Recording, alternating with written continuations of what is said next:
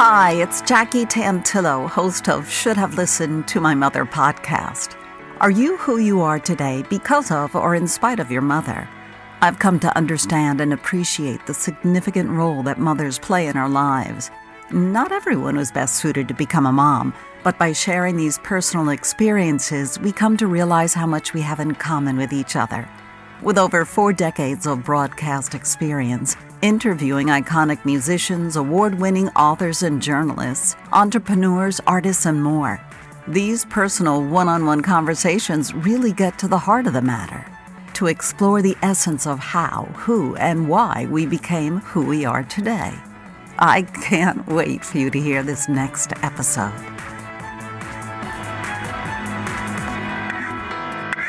On Season 6, Episode 4, Should Have Listened to My Mother featured OBGYN and menopause specialist Dr. Sharon Malone and Allison Kalshed, co-founder of Not Your Mother's Menopause New Jersey. Now, Not Your Mother's Menopause New Jersey held their first ever symposium in Maplewood, centering on women's health and well-being. In addition to Allison, I wanted to mention the other co-founders that worked tirelessly not only on the symposium, but they've been working for years in speaking openly about menopause and women's health. So, in addition to Allison, Stacy Futterman-Torriello is founder of 5 Point Physical Therapy and a pelvic health specialist in Millburn, New Jersey. And April McKenzie now is a board member of the national nonprofit Let's Talk Menopause. So I appreciate how these women are getting the word out, that help and advice is out there, and your symptoms are not just your imagination, because often we think they are. Today's guest, comedian Liz Glazer, is with us, and she performed at the sold-out crowd at Not Your Mother's Menopause New Jersey Symposium on January 12, 2025. Liz is the descendant of 4 grandparents who were Holocaust survivors. Her mother, Toby, was born in a displaced persons camp. Liz's father emigrated from Latvia to Israel and eventually to New York.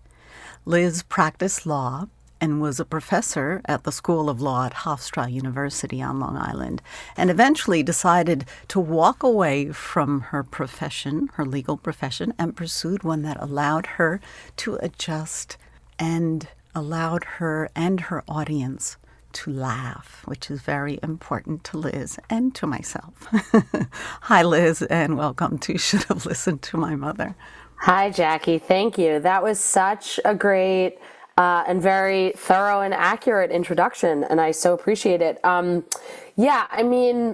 It's interesting. So number one, the mention of my leaving my job for 2 reasons. Leaving my job as a lawyer and a law professor to do my other job, which is as a comedian, brings up my mother for 2 reasons. One is that she was the first person I told, and I was like very nervous to tell her because, my mother and I talk about everything, and there's like this, I don't know, this predicate in our relationship that like everything will be, I guess, like practical. As such, when I decided to leave my job, I didn't have everything figured out. And that was something that was like, I guess in some ways a source of some tension for us, because so much of the joy that we derive from talking about stuff is about the figuring out of everything. And I was like kind of leaping to a degree without a net, at least at first. So that's one reason. The second reason is that when I started doing comedy, the thing that it reminded me of the most, when I say it, I mean talking to an audience and, doing a stand-up set. The thing that it reminded and reminds me of in the best situations is talking to my mother before I would go to bed at night. Because I remember when I would go to bed, my mom would give me the choice of, do you want to read or do you want to talk? And I would always pick talk because that was my favorite thing to do. And thankfully, it still is. I mean, knock on wood, of course, I really cherish my continuing relationship with my mother. But now, I have the privilege of doing stand-up sets and telling my mother how much I got paid for them, telling her how much I'm paying for gas out of whatever I got paid and which gas station and how much it was today. But also I get to talk to her on the ride home. So what was she like when you were growing up? I mean, was she fooling around and goofing around? Did you have liberties that none of your friends had? I want to get the essence of what she was like. Yeah, it wasn't that. I mean, my mom was like fun, but not like a cool mom, in the sense that she was very overprotective. Both of my parents, very overprotective. And I think it was more that she really relished in like sort of the art and science to a degree of talking. And, I mean, I'll take the liberty of like ribbing a little on my in-laws in this way, but it's like my mom really knows how to land a story. She's not without her faults, but like I think one of the things when you get in-laws is you sort of compare and contrast, even despite best intentions. Like, okay, these are my parents. I know them, and I know their reasons for being completely off the wall, right, and being amazing or whatever. But then you meet in-laws. Yes. And the thing is, I mean, my mother talks in some ways like a lot less than my in-laws can, but like, boy, does she know how to land it, and so the contrast there can be stark, I would say. So were you the house that your friends wanted to come to because your mom was fun to hang out with, or was there a line there? No, I don't think it was even that. It was like, I mean, I would have sleepovers. My mom had a lot of like old clothes from the 70s that were in our basement. And so I remember a specific sleepover where, it was like 5 girls from my, I guess it was probably 7th grade class at the time. Like we took pictures, like, which of course we had to develop at Moto Photo, whatever, but like of us in my mother's clothes from college and stuff like that. But it wasn't like, here's that it may have been the same sleepover, but like here's like a story that really encapsulates the vibe that I had with my mom growing up. So I had a sleepover at my house because it was a birthday or something, right? And my mom was not like the hands off, you could do whatever you want at all, right? My parents didn't drink, like it wasn't that, no party, it wasn't like that. Not that they weren't fun, but that just wasn't the vibe. But anyway, so we have a sleepover, my parents are home, and the sleepover, to a degree can get a little out of hand, like meaning we would like do some prank calls maybe to like people in our class or something like that. Then it gets to like some ungodly hour. I mean, I don't know about God's hours, I guess I shouldn't assume, but it was late. And so my mother is like, okay, at some point I have to put the brakes on these girls and they have to get to sleep or else everybody's going to go nuts on me tomorrow morning. So my mother comes down and she's like, I'm gonna, go, like, I'm going to stay down here to make sure that all of you go to sleep so that you're not like never getting, whatever, just you have to go to sleep. So she lays down on the floor with all of us. And of course, I'm the only one at this point who's still up. And I knew that this would make my mother laugh. And one of the greatest joys of my upbringing is making my mother laugh. And so it's quiet. My mom had like, kind of yelled at everybody, spoke sternly, like, you got to go to sleep, you got to go to sleep. Finally, everybody seems to have settled. It's all dark. We're laying down. And I just say to my mother, I was like, Mommy. She's like, yeah. I was like, do you want to talk? And she like starts cracking up. And like it, that really encapsulates where I was able to break the tension for her and her for me, in, sharing a laugh and an experience. Which is fantastic to have that kind of relationship with your mom and have these experiences with your mom. I'd like to hear some stories about your mom growing up. Oh, yeah. Well, I mean, so she grew up, as did my dad, with two Holocaust survivor parents. And so they're like, her upbringing was like kind of, if I had to give it like a broad stroke, it was sort of trying to manage like an incredibly traumatized and foreign in a new land set of parents while also growing up on Long Island and trying to fit in as a girl on Long Island. And so, you know, like a lot of it was like, I mean, one is the sort of letting down of one's guard around the topic of anti-Semitism, which is tricky, you know, now because it's sort of like, well, do we put the guard back up again or not? And, you know, I mean, it's not really for me to say, but like, that's kind of a question that I keep in my own mind. But my mother was on her birth certificate named Teresa. And the reason for that was in order to like seem as though she was not Jewish. Because she came over, you know, with my grandparents from Poland. They survived by hiding. My grandfather was an electrician and apparently was like very wanted by Nazis in order to like fix a radio tower. So that, you know, so they were like really scared, but came here. They were safe. They were fine, thankfully. And then at some point, my grandmother's friend is like, Esther, it's kind of weird that your daughter's name is Teresa, given that you're Jewish. And so then her name changed to Toby. But I think it was this, you know... Legally, they changed the name to Toby? Yeah. Because legally. they didn't want to feel the need to hide anymore. Yeah, well, or because the reason for Teresa was the hiding. Yeah.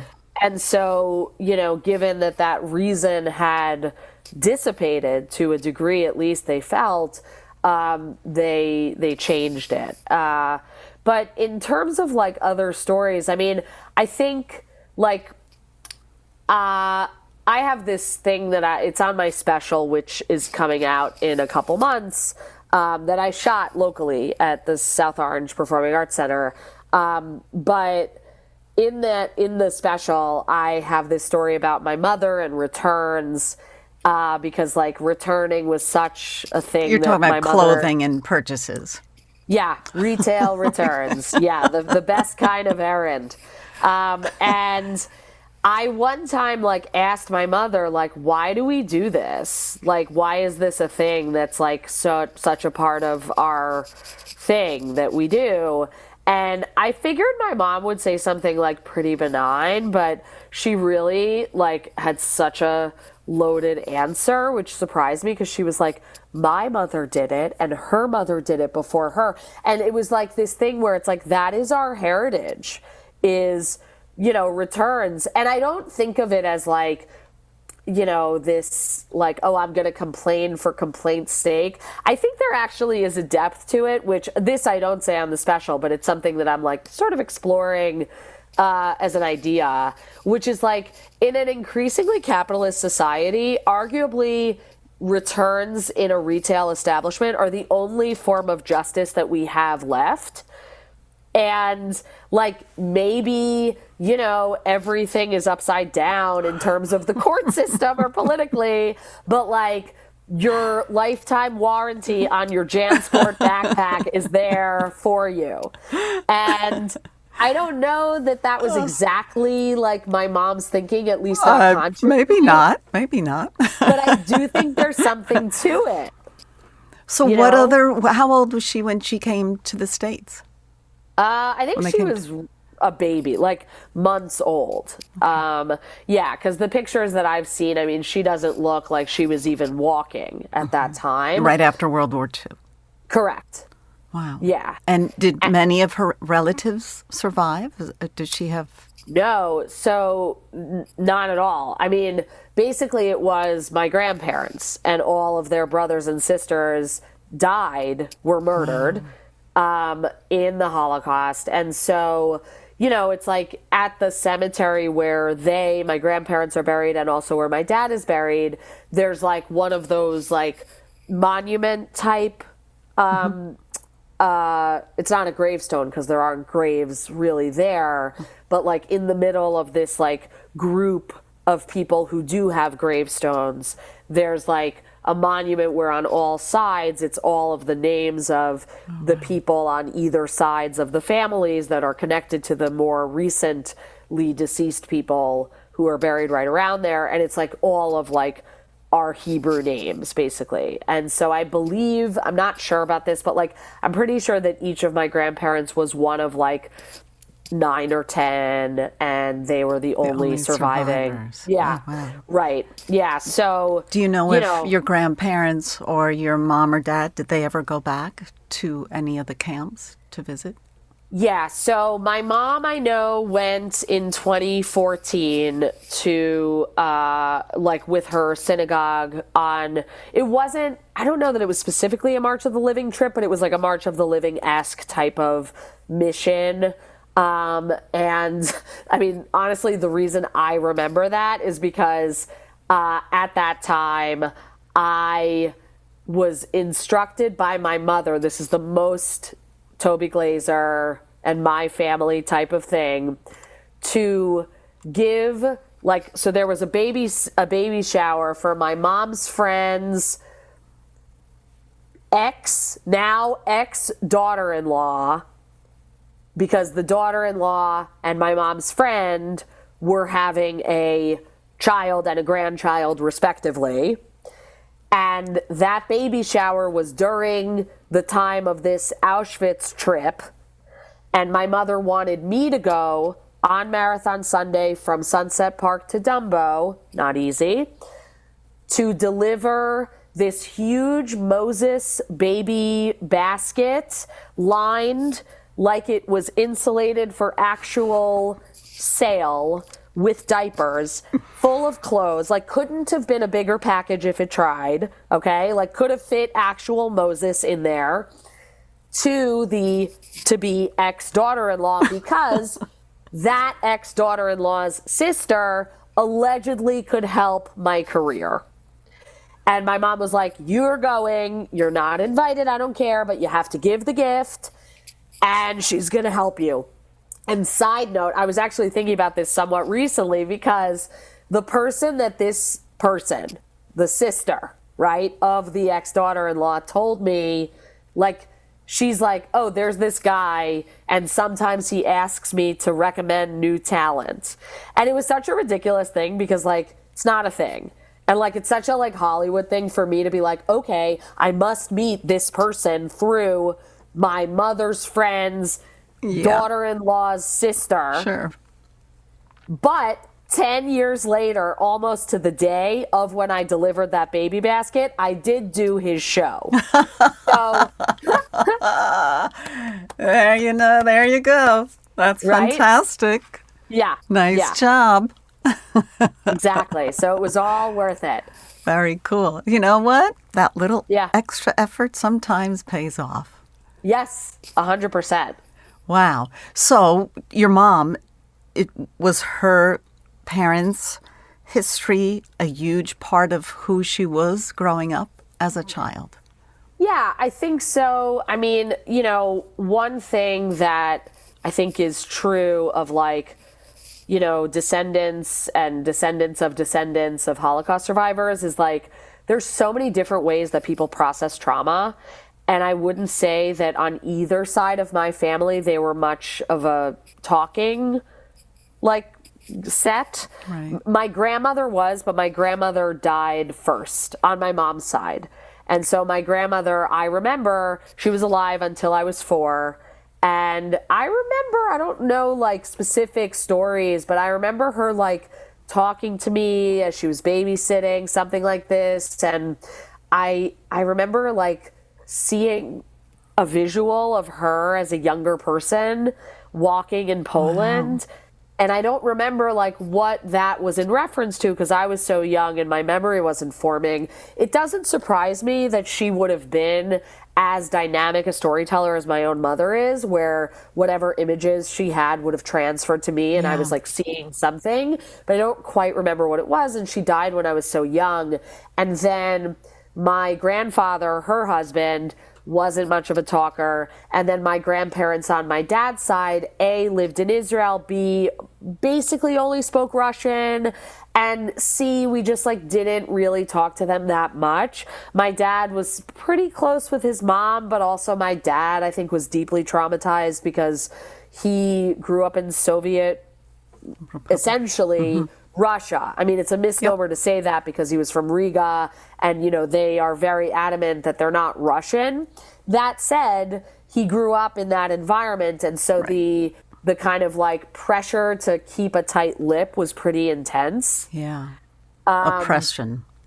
Yeah, exactly. So did your grandmother, your maternal grandmother, would she sing or speak to you in what language? English. English. Yeah. Yeah, she spoke to me in English. My grandparents on my dad's side, to the extent that I saw them, which, you know, we were close in the sense that, like, we weren't fighting, but, like, my dad was, like, not the easiest guy to chat with, you know, like, I like, talking on the phone with him was, like, you felt like he was screaming into a walkie-talkie in a bunker. You know what I mean? It kind of like that sort of energy, like George's dad from Seinfeld. Yeah. Oh my. Just like always at an 11, like, but I think there was this element that he was kind of less into talking for fun's sake. Right. And my mother really was and is. Like, my mom is really great to chat with. She's my favorite person to chat with. Finish this sentence for me. This is a story of a woman who, in reference to your mother.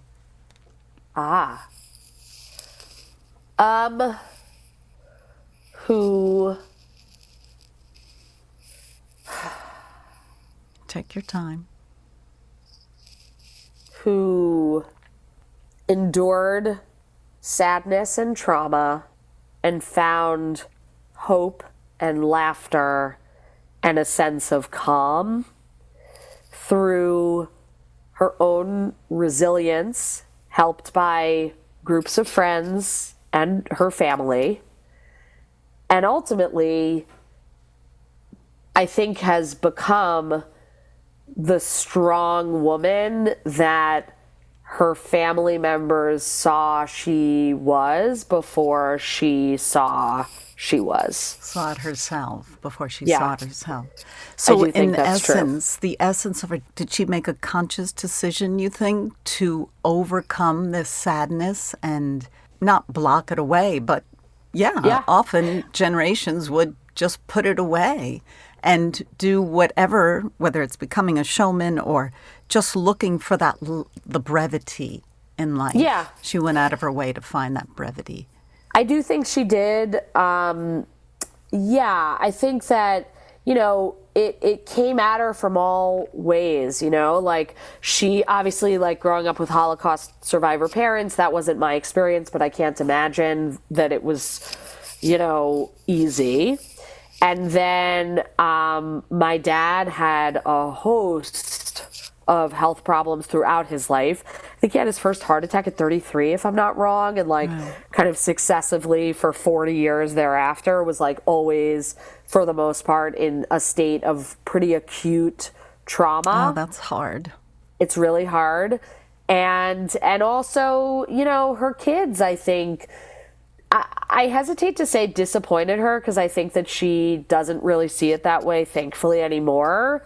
But in terms of like my being gay, and rather than like dig her heels into like, this is how I feel about this, she went to therapy and was like figuring out how to get right with it, to have the connection to us that she wanted to have. And now, I mean, you know, like, my brother we all went away together like recently, and that's not something that we really did as a family growing up. I feel like my parents thought vacation was illegal. And so like, it's, I think that like in her later years, she's allowed herself, thankfully, to embrace like, what do I actually want to do? Be happy. Know? Go somewhere, Yeah. and it's okay if you're happy. Totally. Well, just a quick thing is she was a teacher and off during the summer. And during the summer, I really saw her come alive because she was like really having fun. Not that she didn't like being a teacher, but she was a New York City public school teacher. And I think, to a degree that is being Brutal. That's brutal. Police officer to a certain extent, like in certain situations. But in any event, so during the summer, she was like her best self, in my opinion. And I remember at some point, maybe I was 9 or 10 years old, my mother, as mothers might, asks me, Elizabeth, what do you want to do when you grow up? And I, reflecting on what I saw as the model, which is she was a teacher during the year, and then in the summer she was having fun because she was going, having dates with her friends in the middle of the day. So she's like, what do you want to do when you grow up? I said, go to lunch. Because during the summer, she was going to lunch. And the thing is that, like, I think, I don't know if, like, to her that had as big of an effect as, like, oh, my kid said a funny thing, right? But, like, for me, it really was actually a big part of reflecting on what I actually wanted to do. Because, like, my life now is not just going to lunch. Like, I work a lot and hard and whatever, but, like, it's not going to lunch. And certainly if I compare it to teaching law or practicing law, it's kind of going to lunch. And so I am in the family business of going to lunch. There you go. I like that. Yeah. That's important. And you'll continue it. You have a 1-year-old daughter now? I do. Or congratulations. Yes. Thank you. That's really wonderful. So you can go continue with a couple of generations. Of lunch. Of yes. lunch. Yeah. If you were going to, because your mom, you mentioned she's on Facebook or she's social media perhaps. If you had to pick an emoji for her, what would you pick? I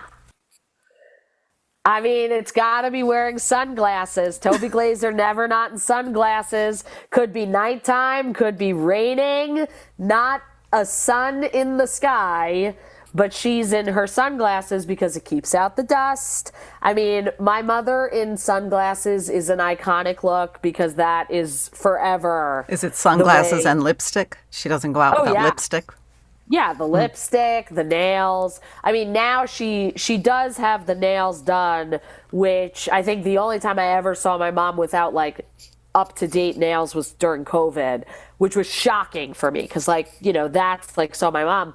But because my daughter, if my mom's nails are like a red or anything bright, she'll like try and like eat them. So my mom now gets like a very light pink, which of course she tells the manicurist, my granddaughter will eat these if we don't do this color. So but they're still really like great. She's always got your daughter on her mind, right? Oh, never not. It's amazing. Yeah. It's so incredible. So I just want to, before we wrap up, you released a very particular experience, a comedy album, right? In like maybe 23? It was released 23? Or recorded in 23, something like that. Recorded in 22, and released, I guess, in 23. That sounds and right. And now you have another special that you recorded in New Jersey, South Orange, New Jersey. So we'll look forward to that. And any upcoming shows you'd like to mention? Because you travel, you go out to California, you go all over the place, don't you? I do go all over the place. I mean, I always like to keep it, local for local. So I have an upcoming tour that'll go live soon. But if anyone wants to follow me on Instagram, is probably the best, at Liz Glazer. You can go to my website, which is dearlizglazer.com, or if you don't remember that, just Google me and you'll find my website easily. Glazer with a Z, Liz with a Z, dearlizglazer.com. And I think right now I don't have the tour dates up for the upcoming tour, but as part of that upcoming tour, or I'm going to do a show in New Jersey, a show in Connecticut, a show on Long Island, and a show in the city to do, sort of hit all the very local, in addition to, going out of the immediate area. But yeah. So, and I will have all your socials on my show note page too. Yeah, perfect. Liz Glazer, thank you so much for joining us. And Thank we you, will Jackie. be back. It'll be really fun. So nice to meet you. And thank you for participating in Not Your Mother's Menopause New Jersey. Thank you. That was a sold out gig. Maybe they'll do it again next year in 2026. Yeah, it was super fun. And we will be back next week with another episode of Should Have Listened to My Mother.